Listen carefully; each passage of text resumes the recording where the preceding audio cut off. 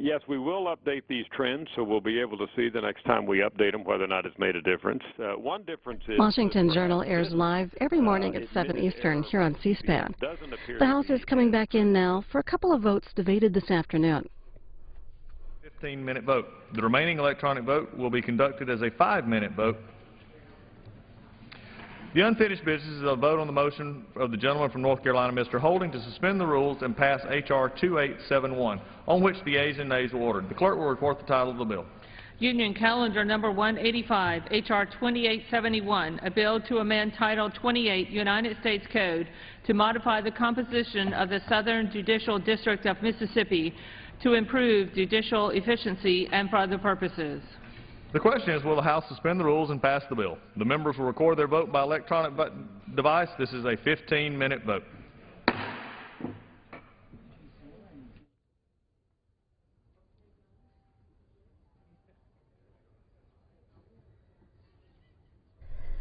The House is voting now on a bill that would consolidate the judicial districts in southern Mississippi. Wanted to give you an update on what happened on the other side of the Capitol this evening. Senate Republicans blocked the nomination of Nina Pollard to the D.C. District Court of Appeals. Politico writes that this escalates the fight over President Obama's judicial nominations. The Senate voted 56 to 41, falling shy of the 60 votes needed to advance the nomination. Some of the focus on Capitol Hill this week is on House and Senate negotiators who are meeting to reach agreement about the budget, and another conference committee working on a compromise on the Farm Bill. Here's more about the work of those committees and the congressional agenda. House and Senate budget conferees have their second meeting on Wednesday, 10 a.m. Eastern. We'll have it on C-SPAN 3. John Shaw, congressional correspondent for Market News International, joining us from Capitol Hill. Since their last meeting, what's on the agenda next? What do they have to get done first? Well, it's going to be very interesting. The meeting Wednesday will include, or actually feature, the director of the Congressional Budget Office, Doug Elmendorf, who will give an update on budget estimates, economic growth, and so forth. Candidly, I think his appearance is a little bit of a filler. It's not really clear they need Mr. Elmendorf to go through the budget again. Everyone knows the issues. Everyone's relatively well briefed on what the economic outlook is. But it will be one more chance to sort of just lay out the broad parameters. I think what's going to be most interesting is just listening carefully to some of the lawmakers and see if there's any movement from either party. I mean, for years, literally years, the parties have been divided, with Democrats reluctant to make changes on entitlements unless there's additional revenues on the table, Republicans being reluctant to put additional revenues, and a few saying they would do so, but only with major entitlement reforms. And to get any kind of serious budget agreement, both parties are going to have to give.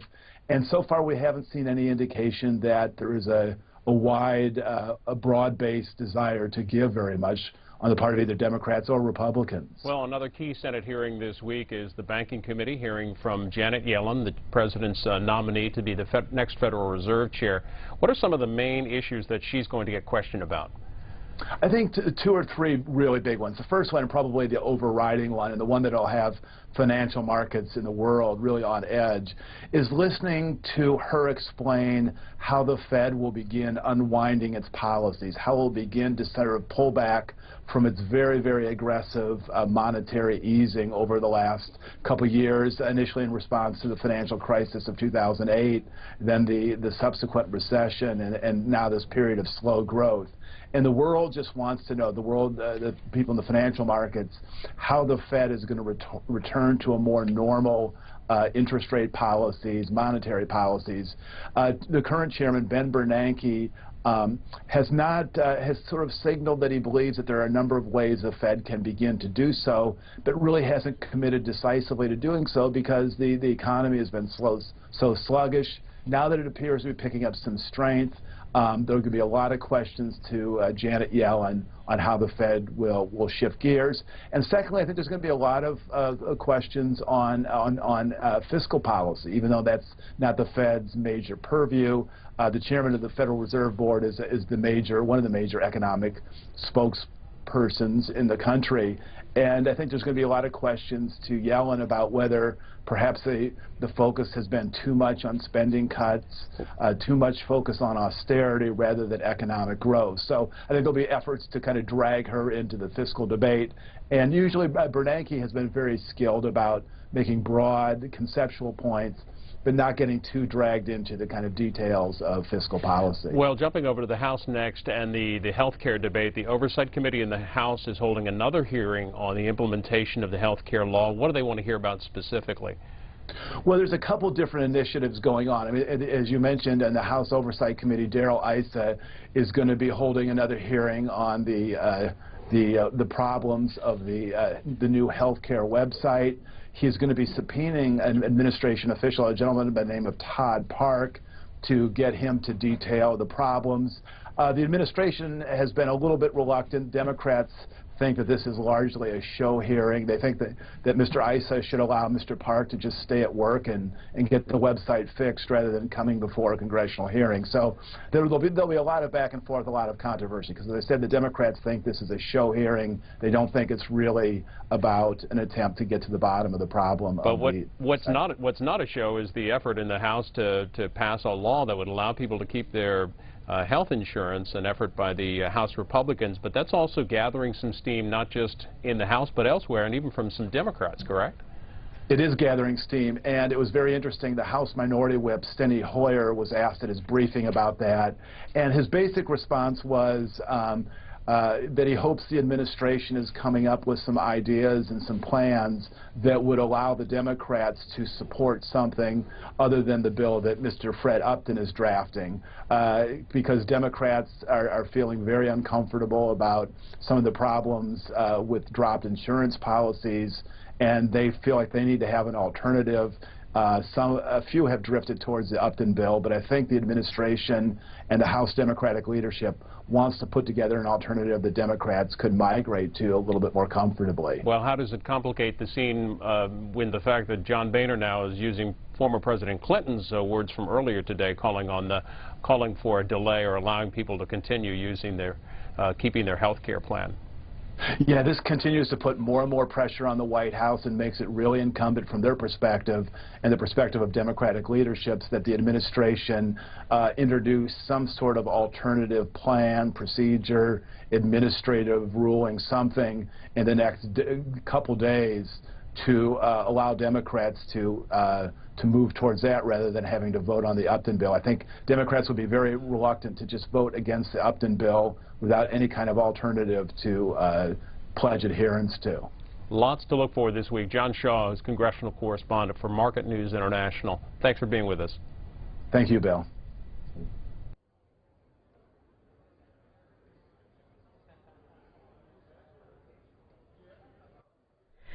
And we'll have live coverage of the second meeting of House and Senate negotiators working on the budget live on C-SPAN 3 tomorrow morning at 10 Eastern.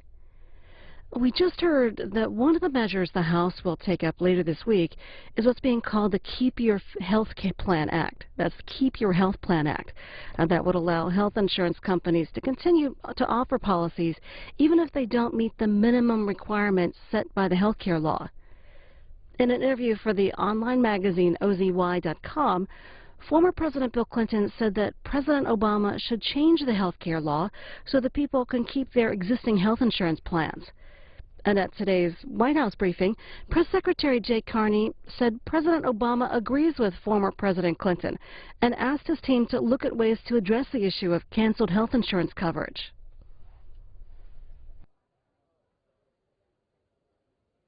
To a comment that President Clinton made in an interview that was posted today. He was talking about health care, and he said that President Obama should honor his commitment to people who have lost their health care or are losing their health care under the president's law, even if it means changing that law.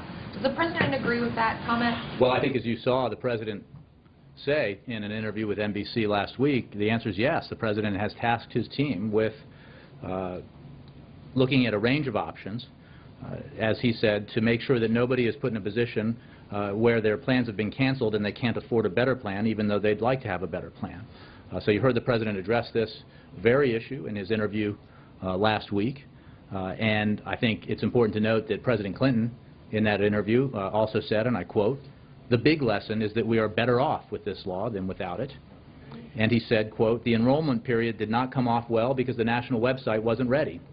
But this happened once before. It happened when President Bush put in the Medicare drug program for seniors, which was not as complicated, but had exactly the same problem with the rollout. It was a disaster. There were people that lost their prescriptions for their existing medicine, and they fixed it." So the President, as you know, is pledged to task his team to look at potential actions that could be taken to address this problem, because his focus is on making sure that people get quality and affordable health insurance. But what the President said appears to be slightly different from what President Clinton said. President Clinton seems to be talking about anybody who's losing their plan, and what the President said and officials afterwards said was that they were focused more on people who were getting cancellations and then maybe weren't getting subsidies to cover higher premiums. So is what President Obama is looking at more narrow than Well, certainly the point we've made is that for more than half of those on the individual market who, because their plans were not grandfathered in, they did not exist, or they were not participants in those plans prior to the passage of the Affordable Care Act, more than half of those individuals will have higher quality insurance with better basic protections at the same or lower cost. Roughly half, or maybe that is roughly half, more than half will qualify for subsidies. Some will qualify for Medicaid in those states where Medicaid has been expanded. For the universe of people, that smaller group of people within that 5% of the population for whom the fact that they've gotten a cancellation notice because they purchased plans perhaps in the last couple of years that do not meet the minimum standards, and they are facing challenges in terms of affordability, the President has asked his team to look at ways to address that problem. And that goes to the point he made about the vast majority of Americans here who, if they're an employer-provided insurance or Medicare or Medicaid or VA, will not have any changes if they don't want them. In fact, the only changes they'll see have to do with improvements to benefits. On another point on health care, there are some reports out about enrollment numbers, putting them at about 40 to 50,000. Can you confirm that those numbers are accurate? And if not, can you tell us when the administration expects to put out numbers? Sure. I cannot confirm those numbers. There have been a variety of reports saying a variety of different things. The administration will be releasing data about enrollment in the middle of the month. I anticipate it will be later this week, as we've said all along, consistent with the way that data like this is released for other programs. So I would add two things. First, it was always the case, even prior to the problems with the launch of the website, that enrollment in the first month would be low. That is the experience we saw in Massachusetts, and it is the experience we expect here because, especially for healthier, younger people, the pattern of behavior is to shop around, to wait before you purchase, when you don't have to purchase before December 15th in order to have insurance on January 1st, which is the earliest possible date for coverage. So we expect that pattern to play out with the marketplaces in the Affordable Care Act. Secondly, the fact that the website has been so challenging and so problematic in that first month means that the enrollment numbers will be even lower than expected. But beyond that, I don't have specific figures. I have not seen specific figures, but I anticipate that we will be releasing data about enrollment by the end of the week. But you don't have a specific date? I do not. Mark. Thanks, Jay. The President spoke last week about gaps and problems with the rollout of the website that needed to be fixed. What are those gaps and what fixes would you anticipate? Well, he was referring to, and I'll quote, "I've assigned my team to see what we can do to close some of the holes and gaps in the law," and he was addressing the issue of cancellations and some of the concerns that he has about individuals who've had their existing policies canceled. And that issue has obviously gotten a lot of attention. The problems with the website, which you just mentioned, are being addressed by a team of tech experts, as well as by Jeff Zients, who's overseeing that team. And they essentially have a punch list of problems that need to be fixed in different areas of the website, and they've been working through that punch list and making progress, gradual progress each day. There's no question that the website is functioning better today than it was a week ago or 10 days ago, and certainly much better than it was in the first 2 weeks of October. But there is more work to be done, as Mr. Zients has said. So that work continues, and our goal is to have that website functioning effectively for the vast majority of Americans by the end of this month. And if it's not up to par by the end of the month, do you have a plan B in place, an alternative? We expect it to be functioning properly and effectively for the vast majority of Americans by the end of the month. What we have been doing since the issues with the website arose, it has focused, we've expanded our efforts to create ways through which Americans can get more information about the options available to them, both by in-person consultations or over the phone. They can also apply and enroll by mail. So those efforts continue. But we expect, and I'm citing here those closer to the ground, that the site will be functioning effectively by the end of the month for the vast majority of users. I think I said last week, and I would reiterate, and I think I said the week before, that any website of this size and complexity will occasionally have issues with it. That's true of major websites today in the commercial sphere.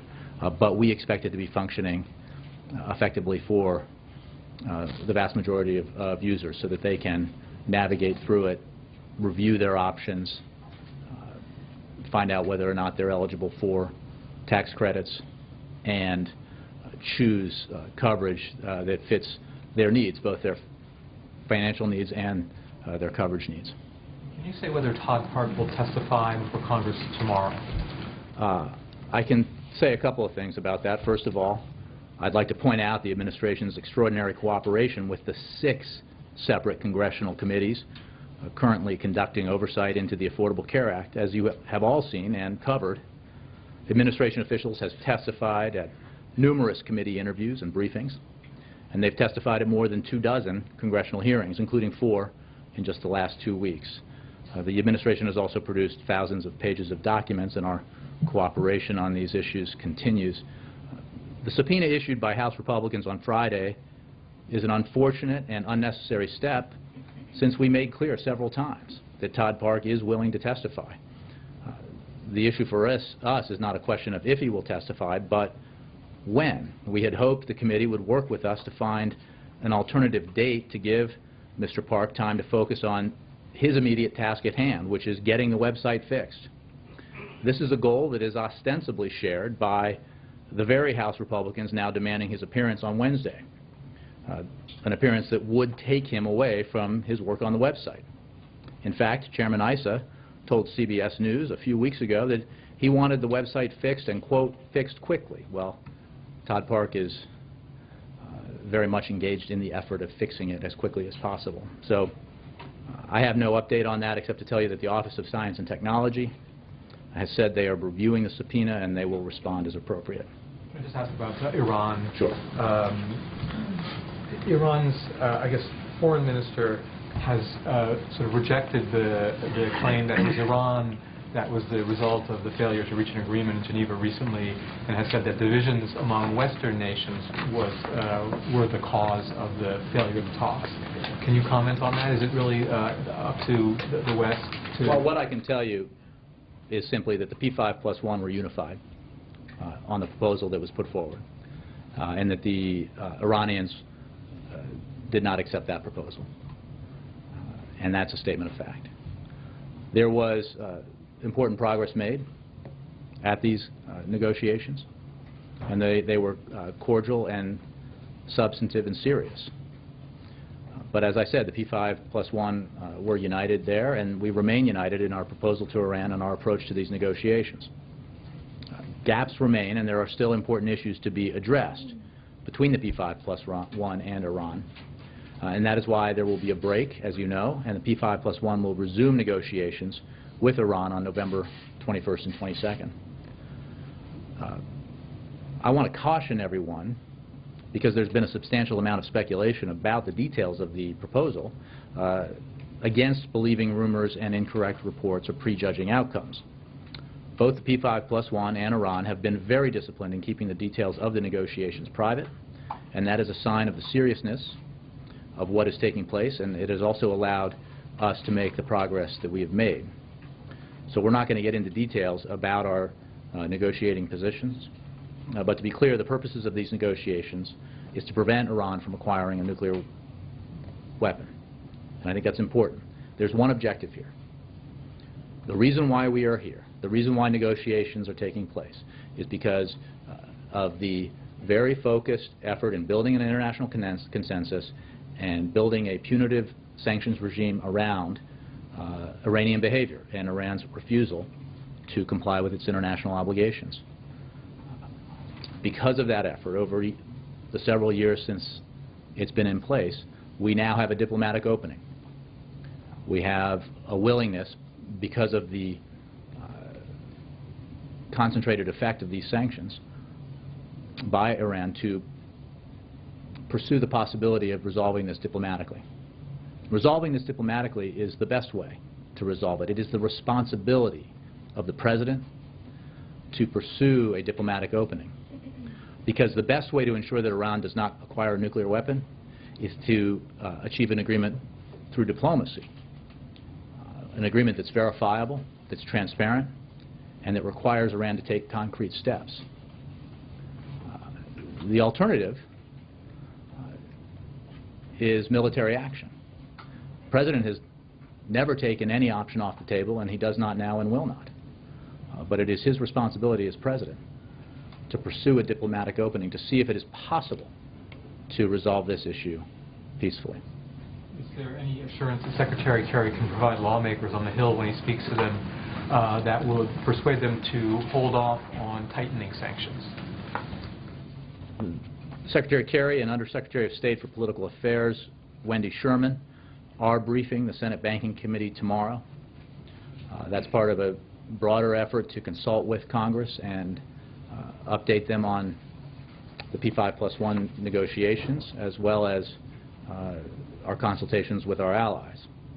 But when it comes to the issue of new sanctions legislation, it's important to remember no one is suggesting an open-ended delay for new sanctions because there may come a point where additional sanctions are necessary.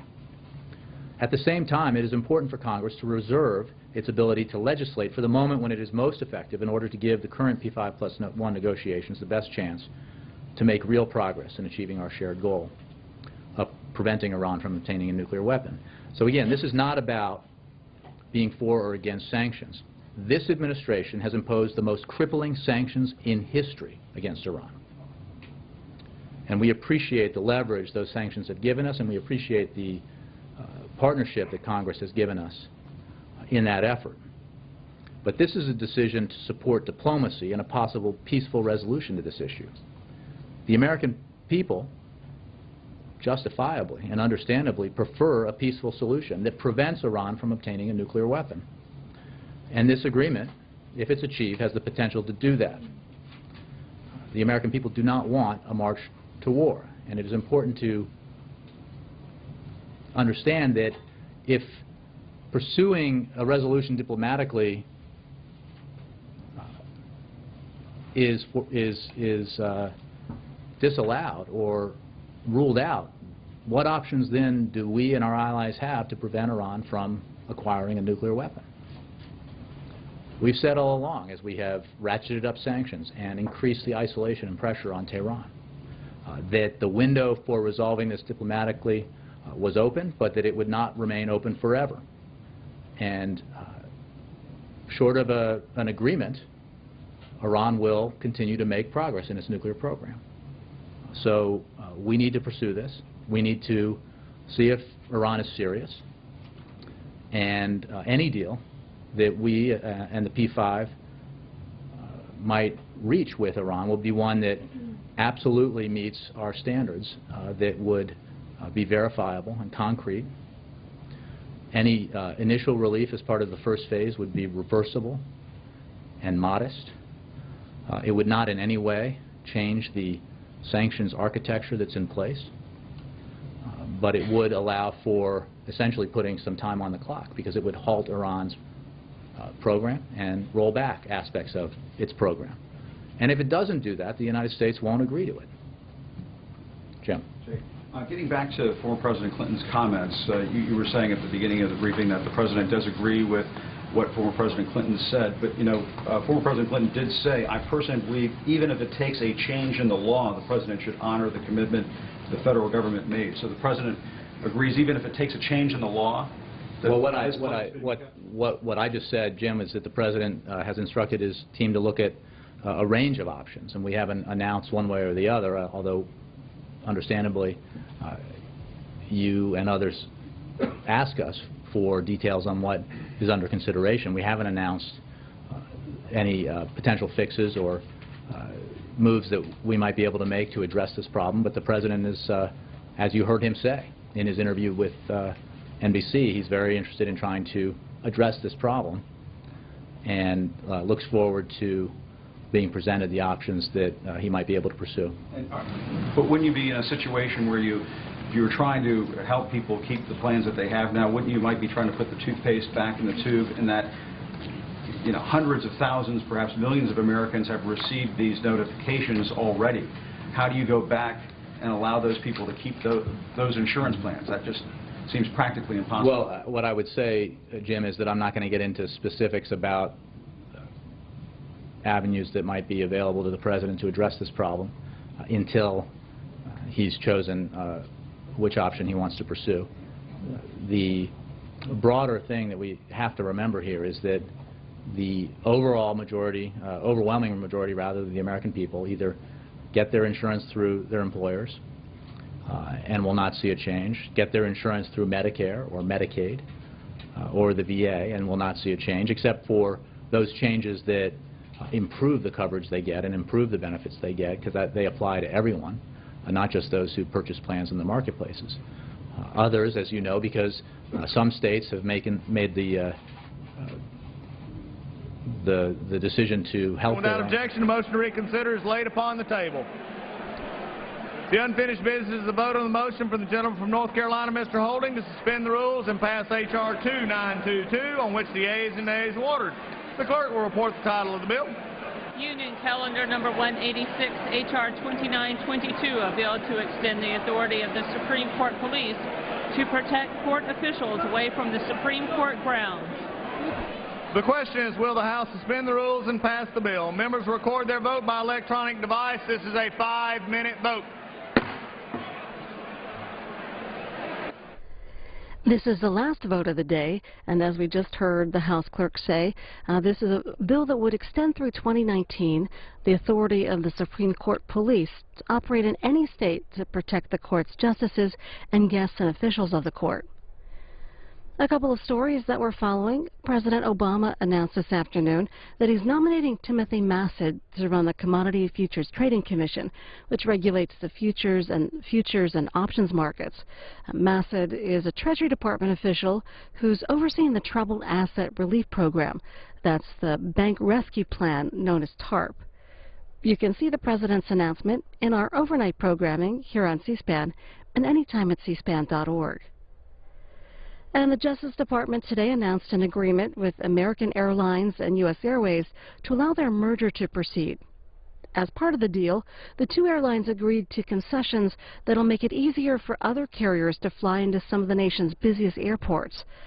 Other airlines would like to serve those airports now, but are blocked either by government restrictions on the number of takeoffs and landings or by too few available gates. For example, at Washington, D.C.'s Reagan National Airport, American and U.S. Airways will give up a combined 104 takeoff and landing slots at the airport.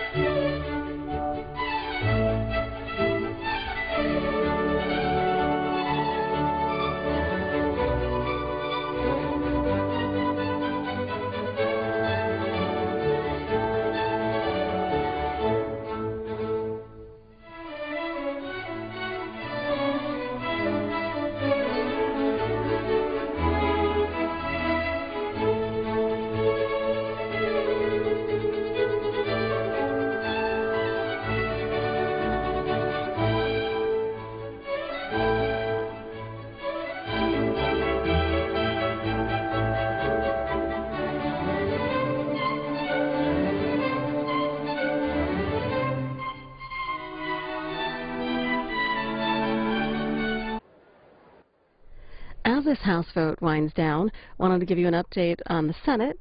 Senate Republicans blocked the nomination of Nina Pollard to the D.C. Circuit Court of Appeals. The vote was 56 to 41, with one senator voting present. 60 votes were needed. The breakdown of the vote: 52 Democrats, 2 independents, and 2 Republicans, Senators Collins and Murkowski, voted yes, and 40 Republicans and 1 Democrat. Senate Majority Leader Harry Reid voted no, and Orrin Hatch was the one senator that voted present. And as this vote continues, live coverage tomorrow on C-SPAN 3 includes House and Senate budget negotiators, a meeting, and then hearing from Congressional Budget Office Director Doug Elmendorf. That's at 10 a.m. Eastern. And then a little bit later on in the day, the Joint Economic Committee will hold a hearing on the economy with the chairman of the Council of Economic Advisors, Jason Furman. That's at 2:30 p.m. Eastern, also on C-SPAN 3.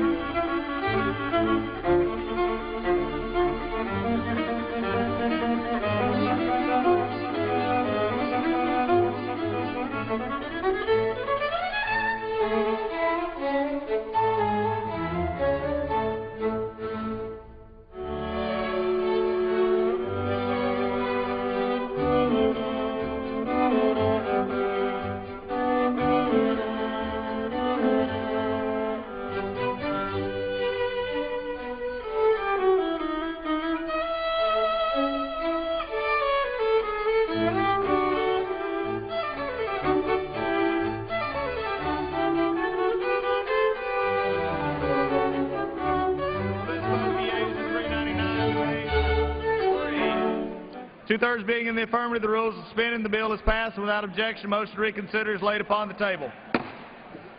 For what purpose does the gentleman from Georgia seek recognition? There you go. Mr. Speaker, I send to the desk a privileged report from the Committee on Rules for filing under the rule. The clerk will report the title. Report to accompany House Resolution 403, resolution providing for consideration of the bill, H.R. 2655, to amend Rule 11 of the Federal Rules of Civil Procedure to improve attorney accountability and for other purposes, and providing for consideration of the bill, H.R. 982, to amend Title 11 of the United States Code to require the public disclosure by trust established under Section 524G of such title of quarterly reports that contain detailed information regarding the receipt and disposition of claims for injuries based on exposure to asbestos and for other purposes. Referred to the House calendar and ordered printed. What purpose, gentleman from Iowa, rise? Mr. Speaker, I announce my intention to offer a motion to instruct conferees on H.R. 2642, and the form of the motion is as follows. I move that managers on the part of the House at the conference on the disagreeing votes of the two houses on the House amendment to the Senate amendment to the bill H.R. 2642 be instructed to agree to the following.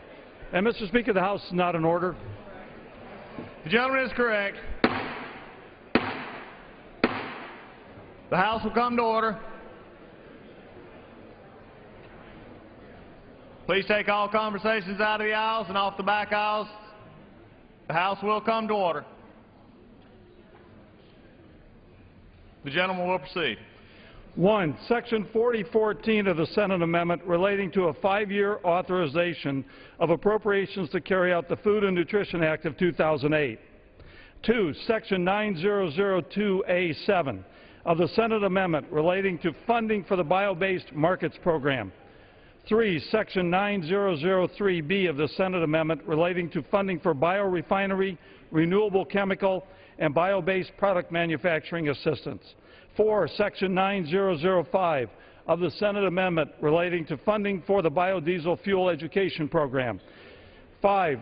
Section 9006B of the Senate amendment relating to funding for the Rural Energy for America program. 6. Section 9007 of the Senate amendment relating to funding for biomass research and development. 7.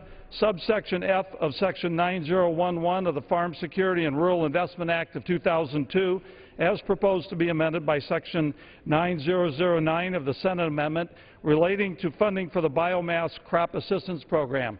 And I yield back, Mr. Speaker. Thank you. The gentleman is back. The gentleman's notice will appear in the record. For what purpose does the gentleman from Michigan rise? Mr. Speaker, I ask unanimous consent to remove myself as a co-sponsor of H.R. 3292. Without objection. Thank you. The chair will recognize now for 1 minute. For what purpose does the gentlewoman from Florida rise? To address the House for 1 minute, revise and extend my remarks. Without objection. Thank you, Mr. Speaker. October was the 29th anniversary of Breast Cancer Awareness Month, a time to encourage early detection, support those who are battling this disease, honor survivors, and reflect on those who have lost their battle against this dreadful disease.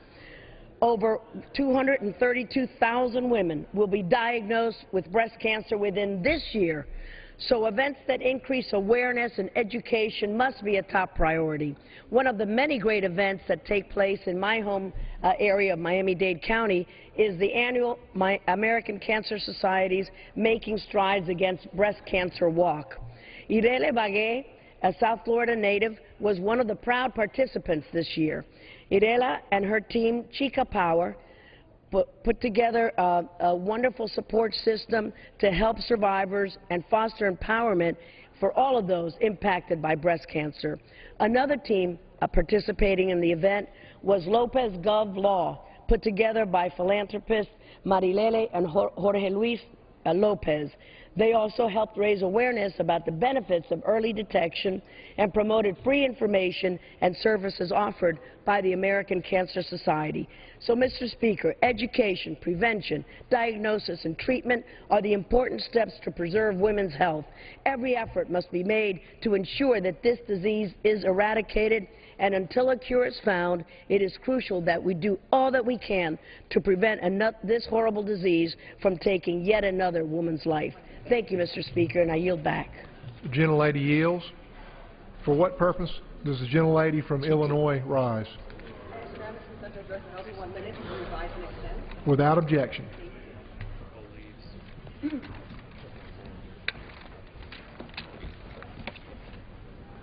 Mr. Speaker, today is my alive day. On November 12, 2004, I nearly lost my life in a dusty field in Iraq. I would have died that day if it was not for my crew in my helicopter. If it wasn't for Chief Warrant Officer Dan Milberg, we would never have been able to land that aircraft. If it wasn't for Specialist Kurt Hanneman, who despite his own injuries stood the perimeter to protect us from approaching enemy, I wouldn't be here today. If it weren't for Sergeant Chris Fierce, who was also grievously wounded, pointing the medics to take care of me before him, those medics would not have realized as quickly as they did that I was still alive. There was no way to egress if Mr. Pat Minks didn't land his aircraft right behind ours to pull us out. And Dan could not have carried me out if Sergeant Matt Backus wasn't there to help all of us to his aircraft. It is because of my buddies that I am here today. I owe it to them to make their sacrifices and their heroic efforts that day worth it. I owe it to them to live every day to the fullest and to stand up for our veterans and for all Americans. It doesn't matter where you come from. It doesn't matter what God you pray to or whether you are male or female. What matters is the mission and that you will never, ever leave one of your own behind. We have a lot of work to do here in Congress, but we must remember that our mission is to serve the American people. That means we must work together, just like my crew. That's why I will always reach across the aisle to work with all of my colleagues to find solutions for our nation. We don't often get chances like I did. I will never waste this second chance, this time that I have. Dan, Chris, Kurt, Matt, and Pat, thank you for my life. I yield back. The gentlelady yields.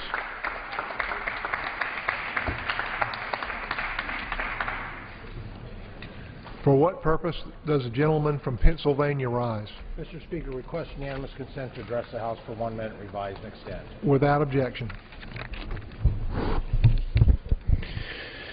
Mr. Speaker, the White House has been under pressure for weeks as millions of Americans have started receiving health insurance cancellation letters, despite repeated assurances from the President that this would not be the case. Earlier today, former President Bill Clinton weighed in on the debate.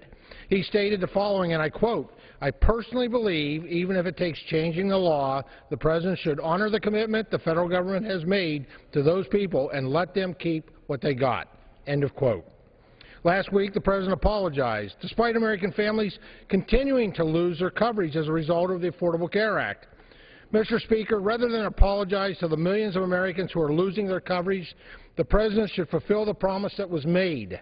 This week, the House will consider H.R. 3350, the Keep Your Health Plan Act, which will allow insurance companies to continue offering the plans that millions of consumers were happy with and would like to keep. If the President is sincere in keeping his promise, the very least he could do is support this bipartisan legislation. Thank you, Mr. Speaker, and I yield back the balance of my time. The gentleman yields. For what purpose does the gentleman from California rise? Seek permission to address the House floor for 1 minute and to revise and extend my remarks. Without objection.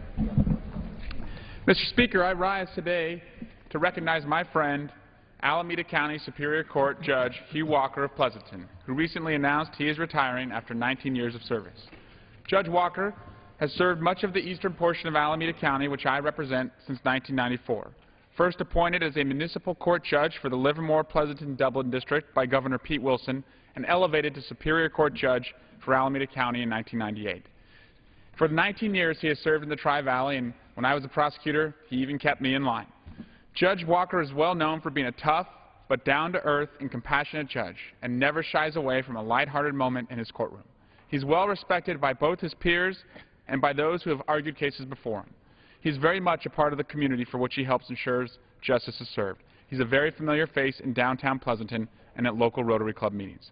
He's dedicated a great amount of energy into helping bring a larger courthouse to the eastern portion of Alameda County, and I want to thank Judge Walker for his decades of public service to the people of Alameda County and wish him the best of luck as he begins this new chapter of his life. And I yield back the balance of my time.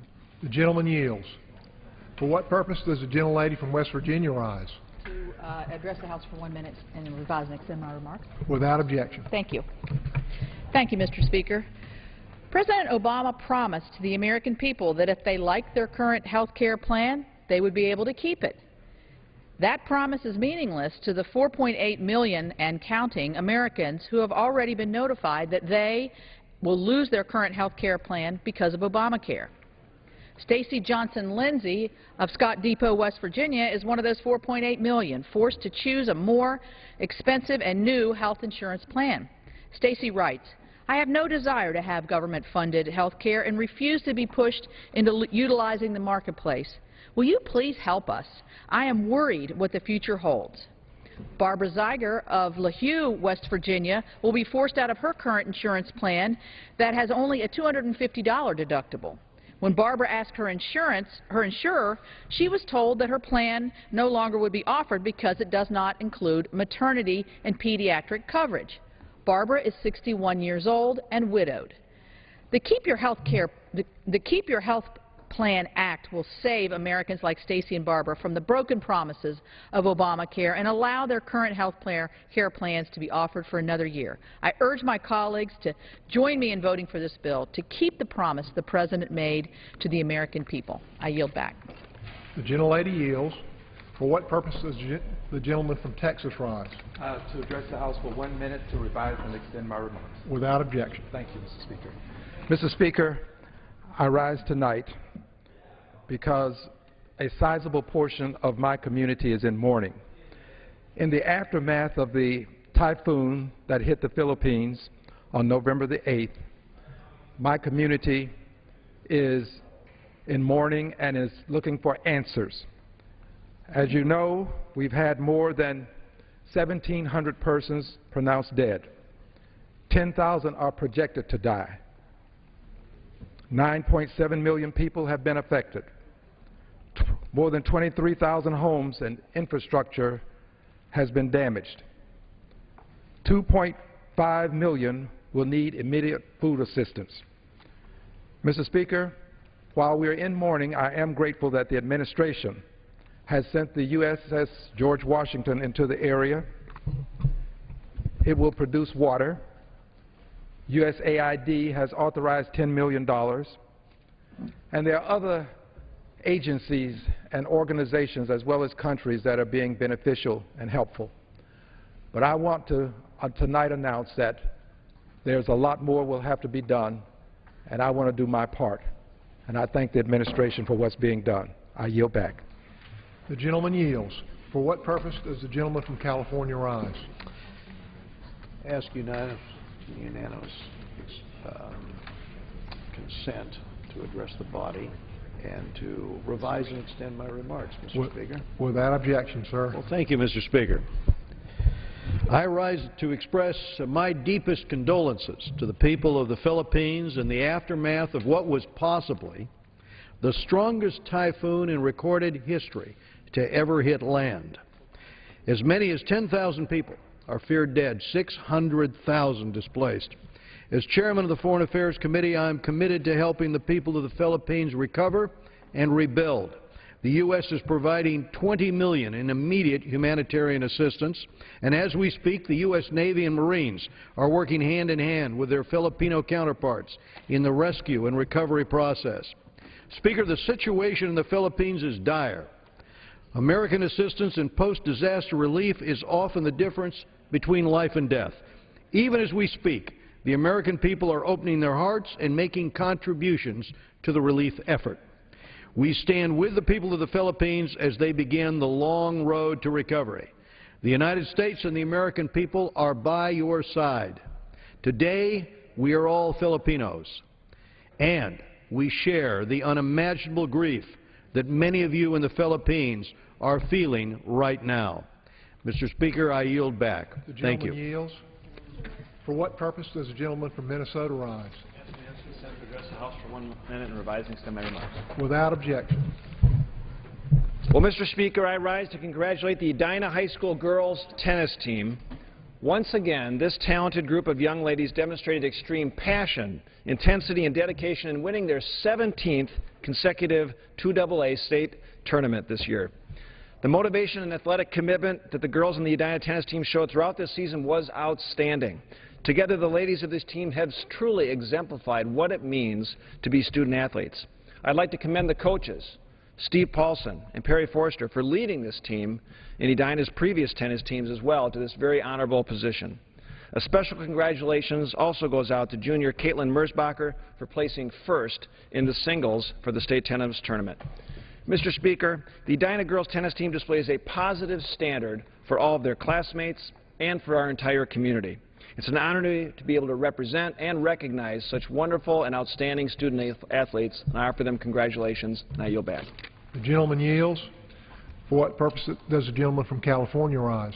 I ask unanimous consent for 1 minute to revise and extend my remarks. Without objection. Thank you, Mr. Speaker. Again, on the front of the Affordable Care Act, we have yet another business, this one in Northern California, in Paradise, California, called California Vocations. This is a nonprofit group that helps people with developmental disabilities to find employment. This organization has had to drop for 90 employees its health care coverage because it cannot afford it under the Affordable Care Act. This week, we'll be taking up legislation to give the opportunity for people, if they like their health insurance, to be able to keep it, as was promised by the President. We need to move on this measure in order to help the President to keep the promise that he said or implied, but more importantly, the promise to the American people that they have choice, that they have freedom in this country to make their own decisions, not have the heavy-handed government deciding for them something that doesn't work or they cannot afford. I yield back, Mr. Speaker. Yields. The chair lays before the House the following personal requests. Leave of absence requested for Mr. Jones of North Carolina for today and the balance of the week, and Mr. Rush of Illinois for today and the balance of the week. Without objection, the requests are granted.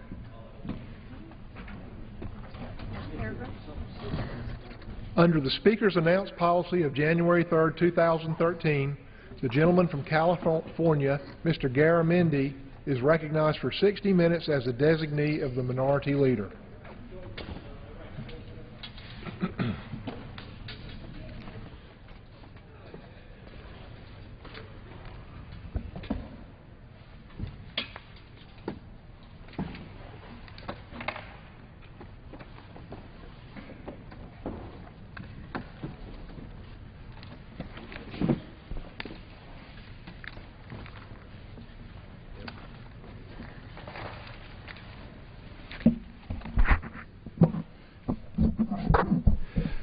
Mr. Speaker, thank you for the opportunity. 435 members of the House of Representatives spent the last 10 days back in their districts, and I suspect, like me, they had a chance to meet with their constituents, to talk about the issues of the day, and to see America's real progress, the progress that is taking place in our communities.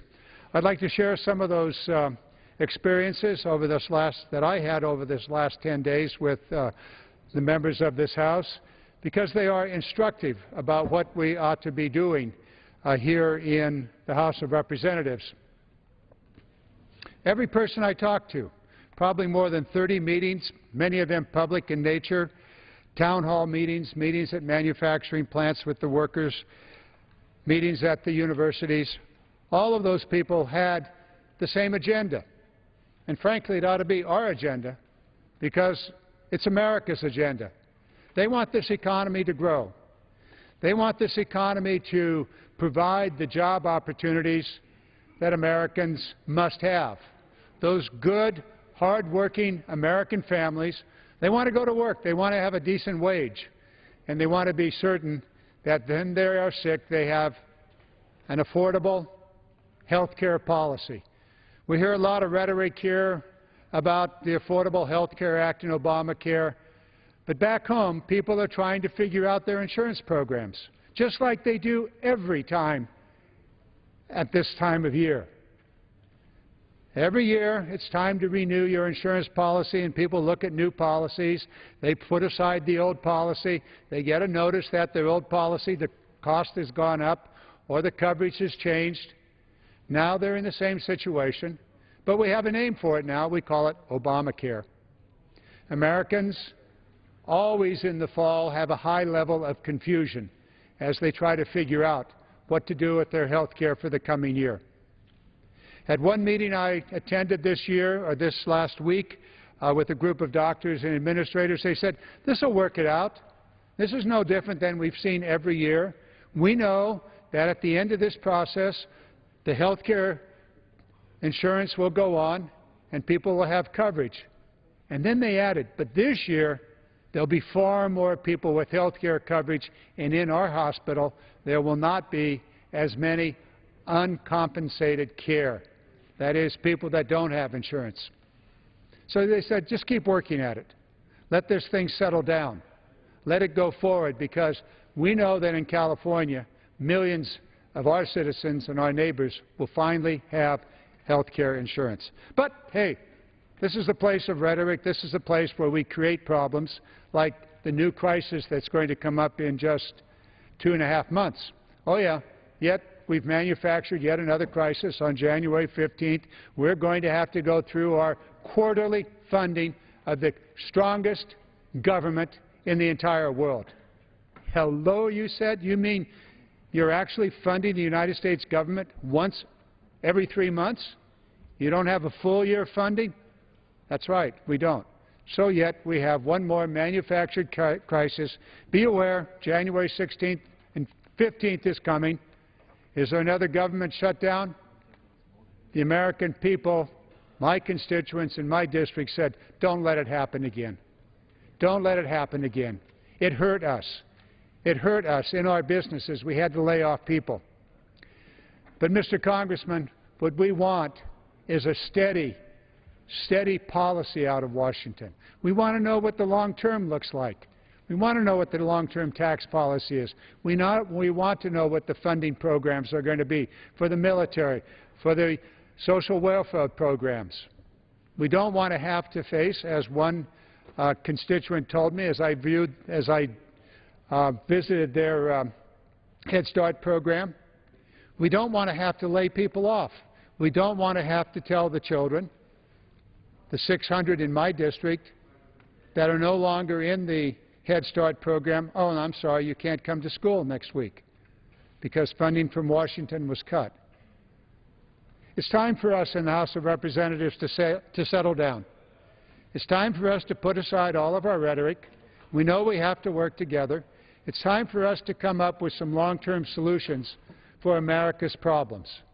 And tonight I'd like to talk about how we can build jobs here in the United States, how we can rebuild the manufacturing sector of the United States economy, a sector of the economy that just 15 years ago employed just under 20 million Americans with solid jobs, where the wife or the husband could go to work each day knowing that they would bring home a paycheck sufficient to pay the mortgage on the house, to buy the car, and they had a health insurance policy provided by their employer.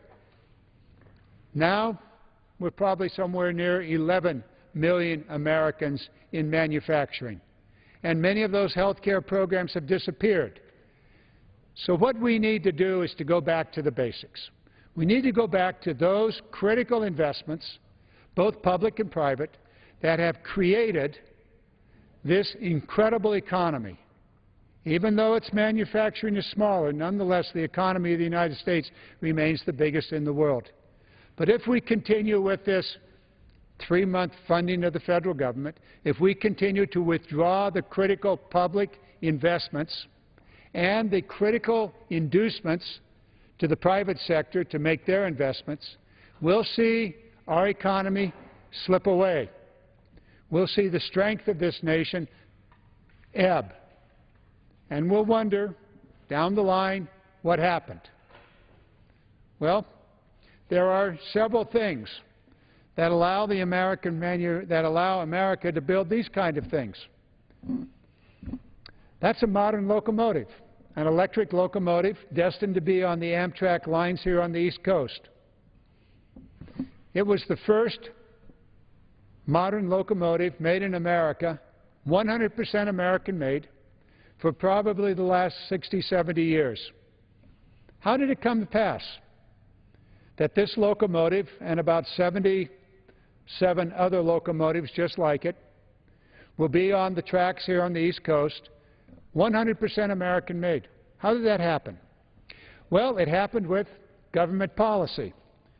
And so the men and women and children that ride the trains here on the Eastern Corridor are going to have a new system available to them. Critical investments were made over the years.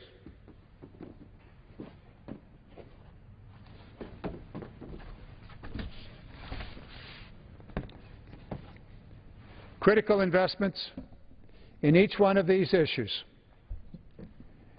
And these are the ways in each of these areas, in international trade, in tax policy, in energy policy, labor relations issues, education, research, and infrastructure. Oh, by the way, none of this is new. These are not new things. These have been in place in America since George Washington's time. Indeed, George Washington reached out to Alexander Hamilton shortly after he was inaugurated as the first president of the United States and said, "Hey, Alex, I need some help here. I want to build the American economy, Alex, so what can we do?" Well, Alexander Hamilton said, "Let me work on it." Came back about 2 months later with a report. Now, you know, we have our reports around here. Our reports are usually, 2,000 or 3,000 pages. His was maybe less than 50. And he said there are things that we can do at the federal level to grow the American economy, to build the manufacturing sector of America. He called it manufacturers. And he said, trade policy. We need a trade policy that protects American manufacturers against cheap imports coming into the United States, against those who would subsidize their businesses to the detriment of American businesses. He said, trade policy. We need a trade policy that protects American manufacturing. That was Alexander Hamilton in his report to George Washington in the first months of the first administration of the United States government. Tax policy was also there. He said that in tax policy, we shouldn't be taxing our manufacturing products. We should be taxing those products that are coming from overseas. Those are called duties. And so tax policy was part of it. Actually, energy policy wasn't on the list at the time, so we can kind of put that aside, although that's an extremely important discussion for today. But for the purposes of today, we'll let that go. Labor at the time was not such a good thing. There were no laws protecting the men and women who worked, and certainly there was slavery and all the horrible things that went with that. But labor policy was also not part of what he talked about. But he did talk about education, and this was probably a conversation that I'm not sure Hamilton and Jefferson had, but education was very, very much a part of the early effort in the American government to stimulate economic growth, manufacturing, and the like. Interesting, research wasn't specifically called out, but while they didn't use the term research, they used the word patent policy, which was also part of this report. And while they didn't say research formally, what they did say that out of the innovative and inventive mind of Americans would come new ideas, and there needed to be a patent policy to allow those new ideas to mature and inure to the benefit of the inventor and the entrepreneur. So way back at the very, very beginning of this nation's economic future, certain policies were laid in place that actually led to the extraordinary growth. In infrastructure, Hamilton specifically said, and George Washington agreed, that there needed to be a transportation policy for the United States. We're calling that infrastructure today. Then they called it canals, ports, roads. Today we call it canals, ports, roads, airports. We call it internet. We call it telecommunication systems. It's the infrastructure upon which the economy then grows. Way back in the 1780s, these ideas were presented to the Congress of the United States, some of them enacted by the Congress, some of them enacted by the various state governments. And over the years, as generations have gone by, as new men and women have come to sit here in the halls of this great Congress and in the Senate, and new presidents, there's been a constant drumbeat of critical investment by the United States government in the foundation of economic growth. And today, in the debates that are occurring here on the floor of this House and across this nation, there is a debate about the role of the federal government in the future economy of the United States. You just heard part of that debate from some of my colleagues who preceded me here on the floor, saying that the United States government really ought not be involved in health care. Too much. Okay, they didn't like the Affordable Health Care Act. They wanted to disappear, be repealed, defunded, or otherwise gone. Well, okay, but there's this thing called Medicare. I don't hear anybody on the floor saying, well, they actually did call for the repeal of Medicare, but that hasn't gone very far. But the federal government is involved in many, many aspects of the American life. And in those things that create economic growth, you will find us now involved soon in a debate about trade policy. Should we have unlimited free trade in which the American businesses are open to unfair competition from around the world, from workers that are paid virtually nothing in some of the less developed countries of the world, where there are no laws about working conditions, where factories collapse? Should American businesses have to compete with that kind of competition? I think not. So I would use the word fair trade, not free trade, but fair trade. Trade policies that are fair to the American worker, that give the American worker a chance to compete in the world market, rather than having our business simply run away chasing the cheapest wage rate in the world.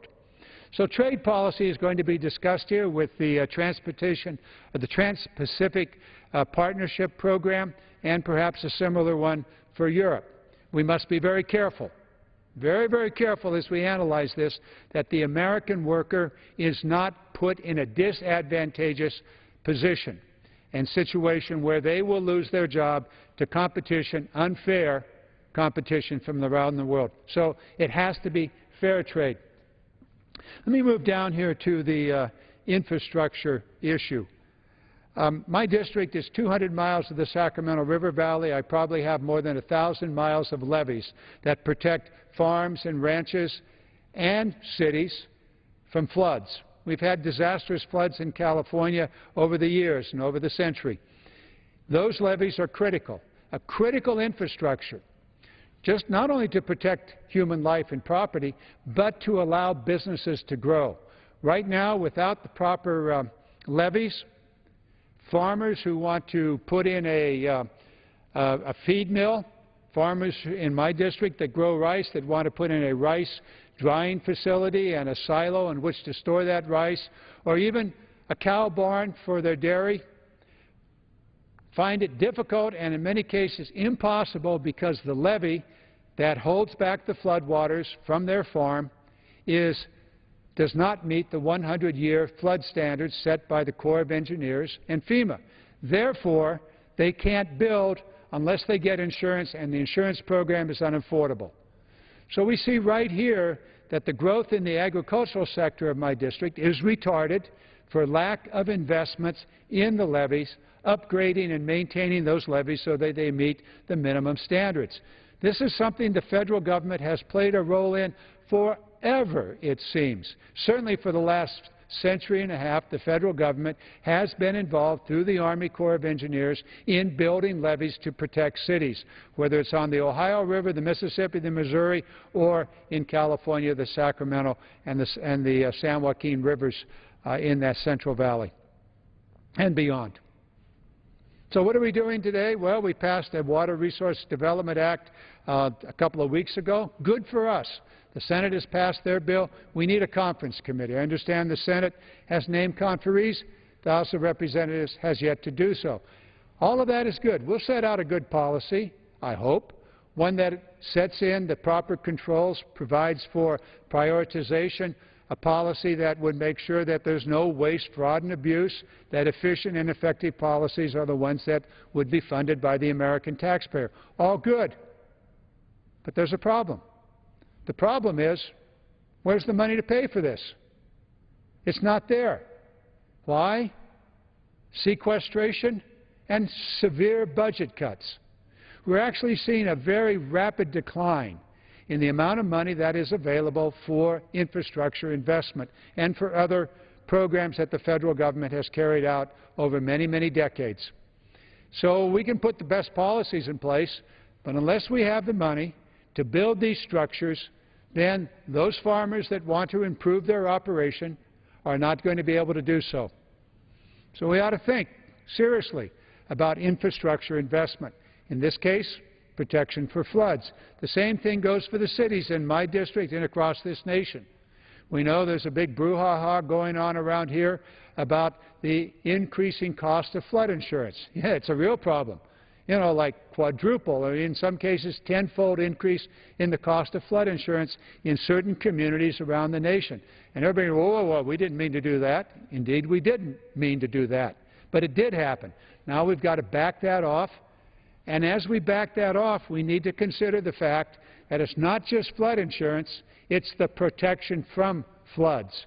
And so when Superstorm Sandy comes again, will the East Coast be prepared with the necessary flood walls and facilities to repel the flood? Only if we adequately finance the infrastructure investment, in this case for flood protection. Highways and bridges? Well, I don't know. There's probably several thousand bridges in the United States that you want to cross very quickly, or you don't want to be on that bridge with a very heavy truck. You know, we've got deficient bridges in every part of the United States. We've seen those bridges collapse with catastrophic results. People losing their lives, cars into the rivers, trucks into the rivers. These bridges have to be repaired. And we drive on any highway in the United States, you'll see some new asphalt, some new concrete, but you're going to see a whole lot more potholes. You're going to see the deterioration of the highway system in the United States. Insufficient money even to maintain the repair in good state of those highways. It goes on and on. Where will we find the revenue? Well, we're continuing to see a decline in the willingness of the federal government, us, members of Congress, to fund these programs. Infrastructure, critically important in many, many ways, and I've only dealt with just two of those issues here tonight. I want to pick up the one that is really the genesis of economic growth, and it's research.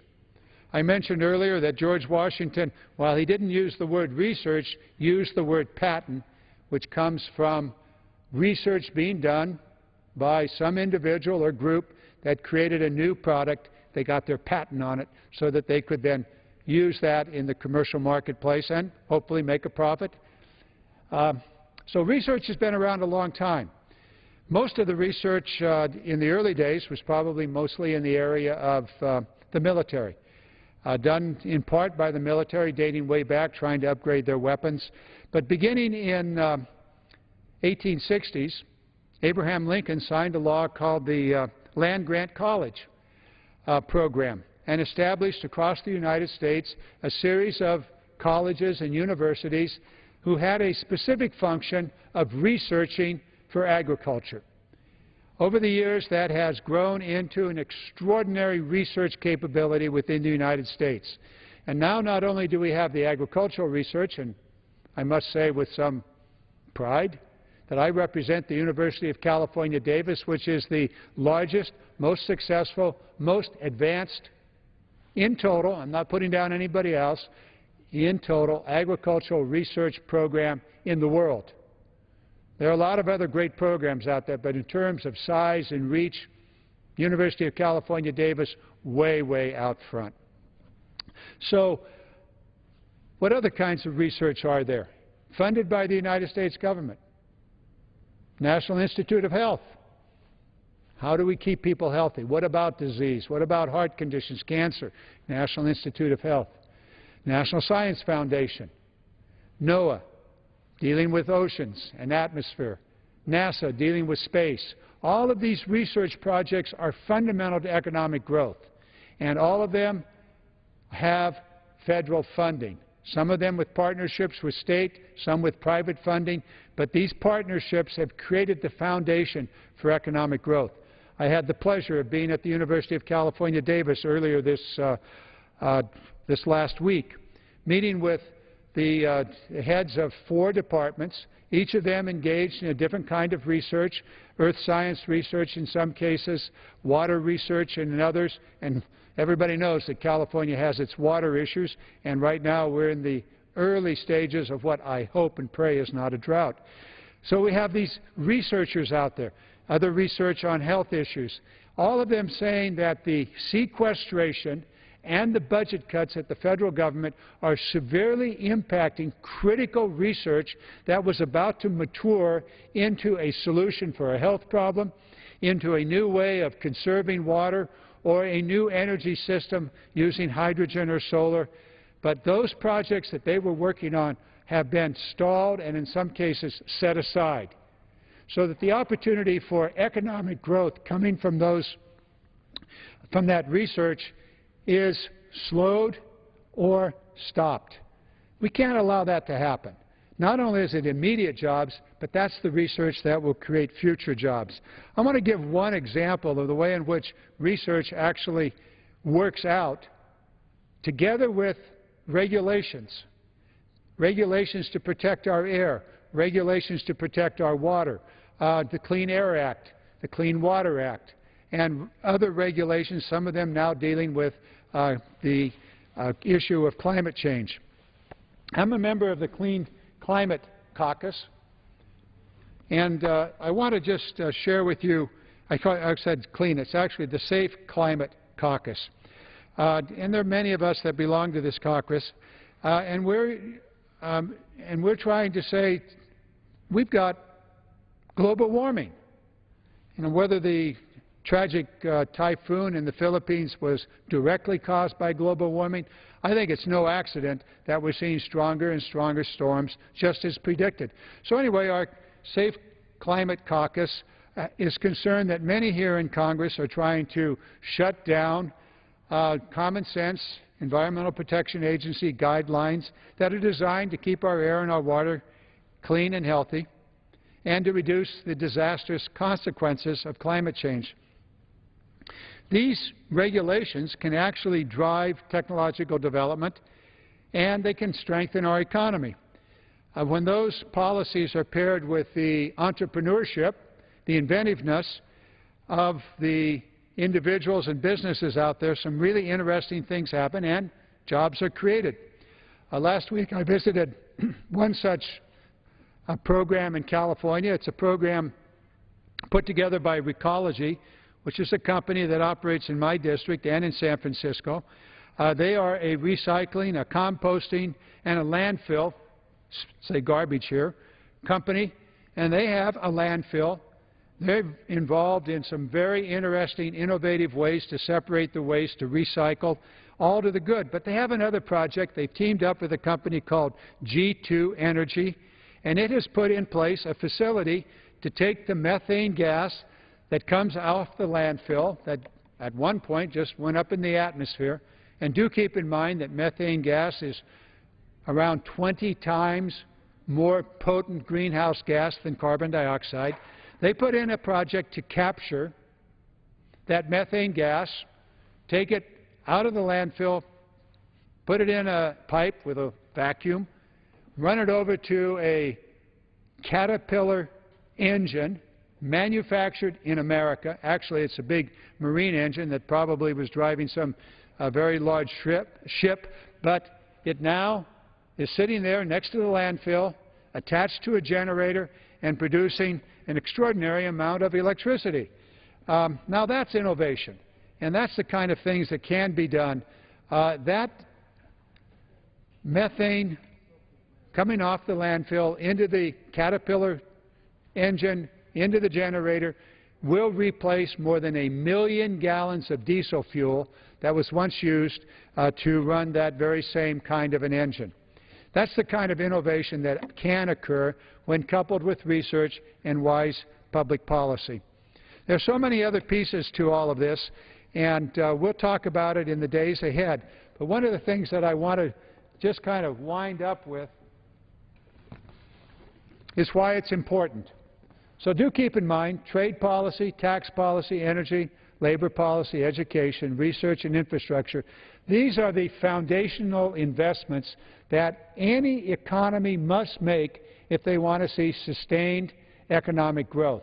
And unfortunately, we're falling off the power curve on many of these policies. Here's why it's important.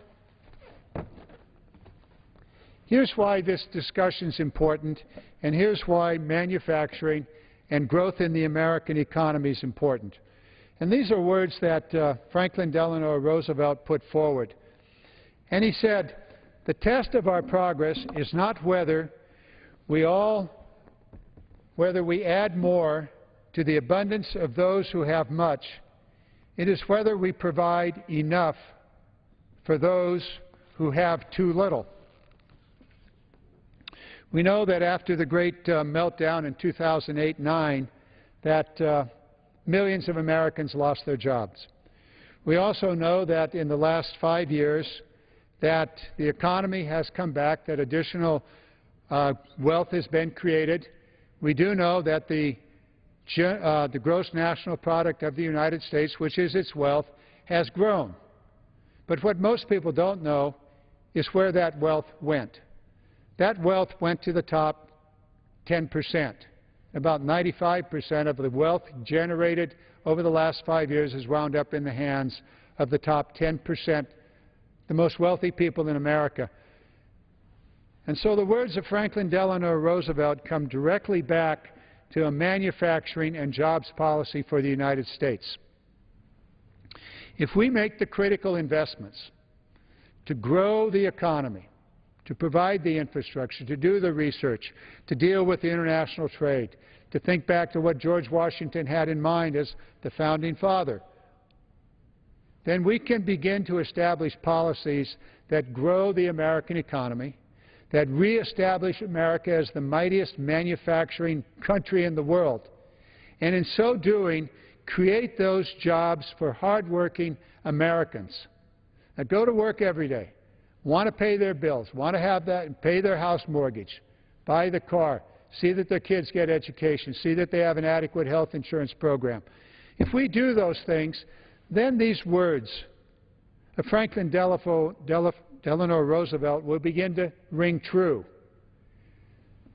And we will begin to add enough for those who today have too little. That should be our challenge. It's not our place to make sure that the super wealthy and the billionaires and others get even more. It's our place that those who struggle every day, many in poverty, and the poverty rate in California is 25% or more, that those who struggle every day to provide for their family, that they have a chance with a good education, with an opportunity to get that job, that middle-class job. If they have that, then this country will prosper. And the kinds of divisions that sometimes rake us over the coals and cause us great consternation and trouble will be abated. They'll never disappear. I have no illusions. But they'll be abated and they'll be less. That should be our goal. And as we approach the next fiscal crisis, just a month and a half, actually just 2 months away, we should think about those men and women out there that I saw, and I suspect many of my colleagues saw as they returned home and went to their district and went to all their meetings, who said, can you just give us certainty? Can you stop the interminable fighting and the chaos that is causing us such concern? It's causing me not to invest in my business. Just give us certainty. Give us a program that builds the foundation so that my business can grow and prosper. Give us the tax policy that has the proper incentives, not just for those who have great wealth, but for those who are trying to grow their business.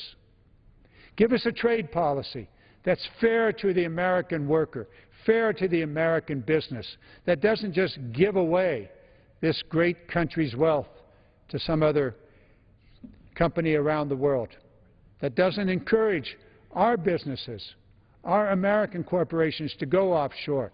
Put those policies in place so that we can grow the American economy, so that Americans can have a decent job and fulfill their own personal vision of the American dream. They can get on that ladder, leading wherever they want it to lead, climb as high as they can, that the impairments and the impediments are not there. That should be our goal. We've got about 2 months to avoid yet one other crisis. And as we avoid it, I hope we keep in mind those things that create real wealth and real opportunity for all Americans. Mr. Speaker, I yield back my time.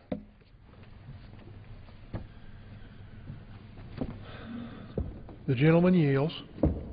Under the Speaker's announced policy of January 3, 2013, the gentleman from Tennessee, Mr. Rowe, is recognized for 60 minutes as the designee of the Majority Leader.